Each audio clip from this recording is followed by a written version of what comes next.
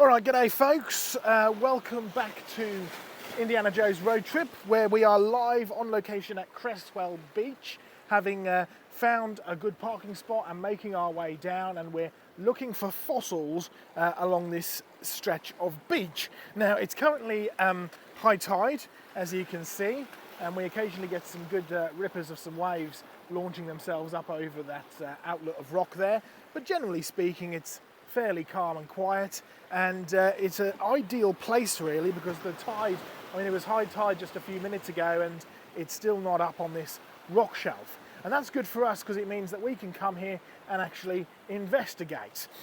Right, so what are we dealing with here?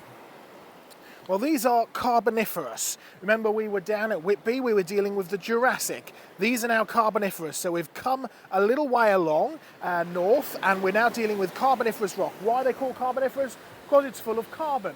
In fact, we've actually been tracing part of the coal all the way down here.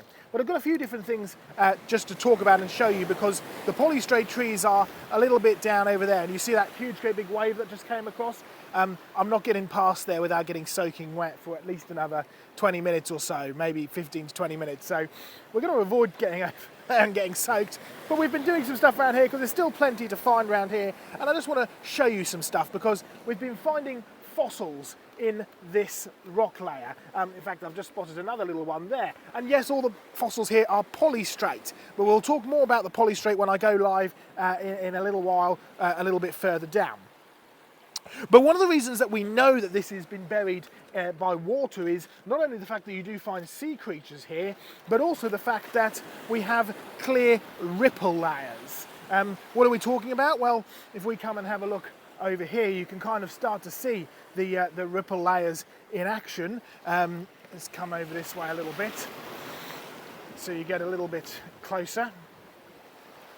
Let's take you down here. So we're starting down at this bottom layer here, right? And can you see we've got ripples in this bottom slab? So we've got ripples here, but then we've actually got ripples on this layer as well. And if we come over here, up on this level, we've got ripples for sure. If we keep coming over a little bit further, you'll start to see more ripples up on this layer, water ripples. Keep coming, and then we've got, hey, let's have a sit down here and talk, because look what we have here. Some rather beautiful water ripples. Okay, what's the significance or the implication of this? Well, clearly water ripples are formed by water.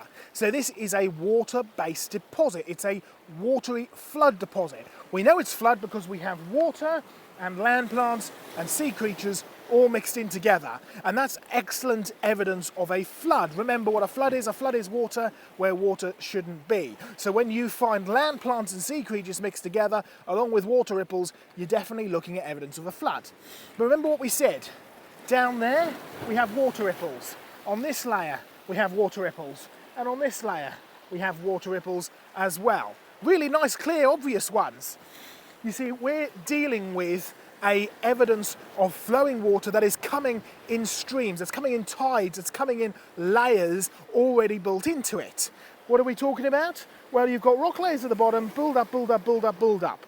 So what you have in order to produce rock layers is you need to have flowing water which is so heavy in sediment that as it's flowing along, it's depositing the sediment down into the layers. And you can see behind us here, look at all these beautiful layers running down here. Amazing stuff, right?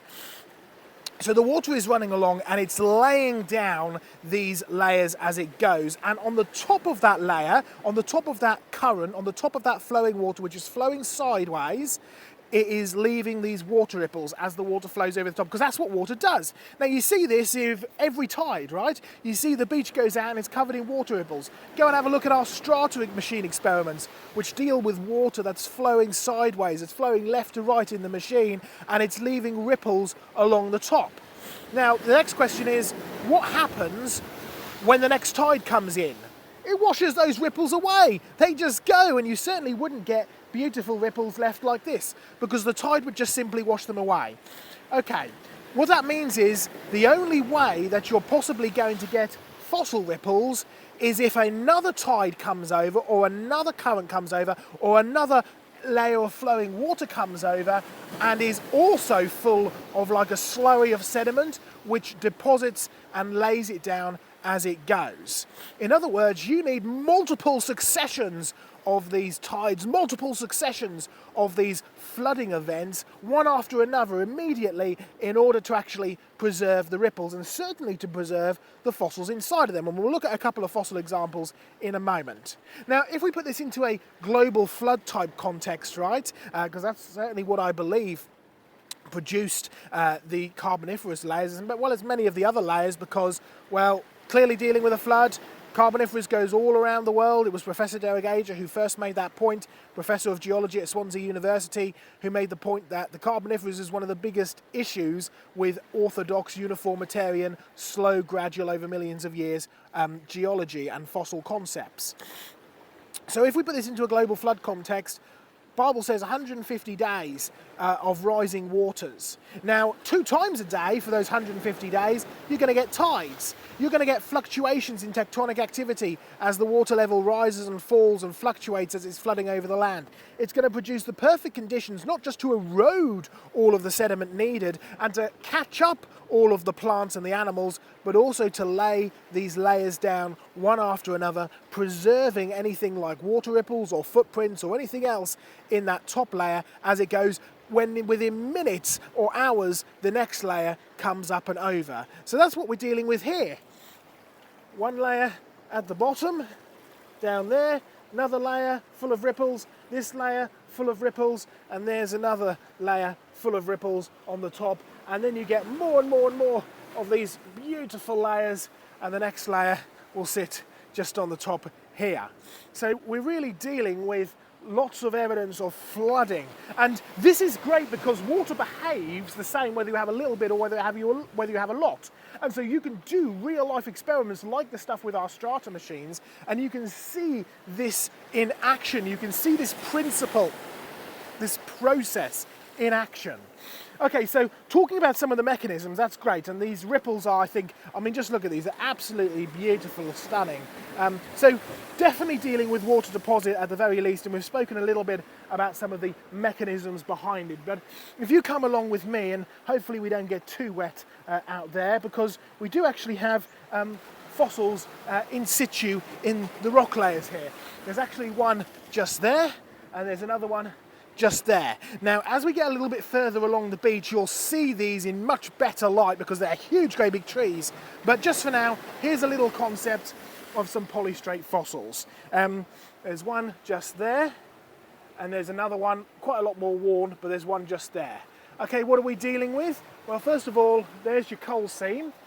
You'll find that there's another coal seam that runs. It's actually covered up, but it's just underneath this big rock here, and we'll be able to trace that as we carry on down the beach. But we're dealing with a horsetail rush. Okay, horsetail rush, living fossil, right? Still alive today. These rocks here are supposed to be about 310 million years old, haven't changed in one bit in 310 million years. All they've been doing is reproducing after their own kind, just like it says that they should do when God created them. So you have evidence not only of God's creation, but also of God's power and his nature and the fact that he doesn't change. You see, the Bible says that God doesn't change. I am the Lord and I do not change, it says in Malachi. And you'll also find that God, in Romans 1, it says that God has stamped his nature onto all of creation. So don't be surprised that the creatures don't change and they don't evolve. So we have a fossil horsetail rush. You can see the very distinctive segments in it. Now these are a hollow rush, so it's been infilled with sediment, but you can clearly see the carbonisation on the outside. And notice it's polystrate. Poly meaning many, straight meaning strata or layers. This is a fossil that cuts up through many layers. And look at this one here. It's pretty much on the same layer. It's certainly in the same flooding event. So we have lots of evidence now of fast burial. The standard orthodox argument is that each one of these layers is built up over a season. So 2 layers or a valve per year. Very slow, very gradual. I mean, what does that mean for this? It means that it would have taken tens of years just to bury this. And the reality is, rushes rot after one season. They don't survive for tens or even hundreds or even tens of years as they slowly get built up. And you can do that simple calculation we do all over the world, where you calculate the height of the cliffs divided by the age that they're supposed to be, and you get to ludicrous results. Oh, that was actually Professor Derek Ager who came up with that as well. And it really is true. You get ridiculous results when you try and calculate the rates of sedimentation based off of two pieces of data. Number one, the height of the deposit or the thickness of the deposit, which you can test, you can observably see.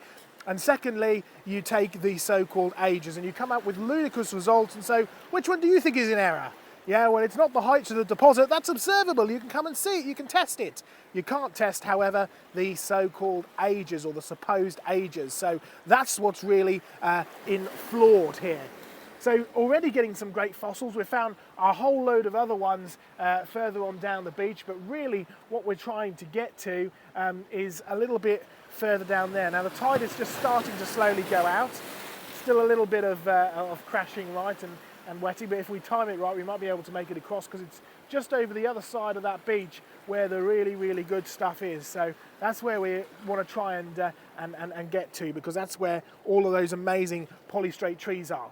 But my little project for now, before I can get over there, we found a couple of these, right? We found a couple of these polystrate horsetails. Well, the trees are great big trees, they're great big lycopod trees, but I want to follow this layer along and see if we can find any more of these polystrate horsetail rushes, just to see if we can map them all the way along. So catch me in I don't know, maybe an hour or so when we get over there and find the trees. I'll come live again. I'm filming all this stuff as well, so the video should be out again tonight. But goodbye guys, God bless, and I'll see you in an hour or so when we're over on the other side finding those trees. So I'll catch you in a bit.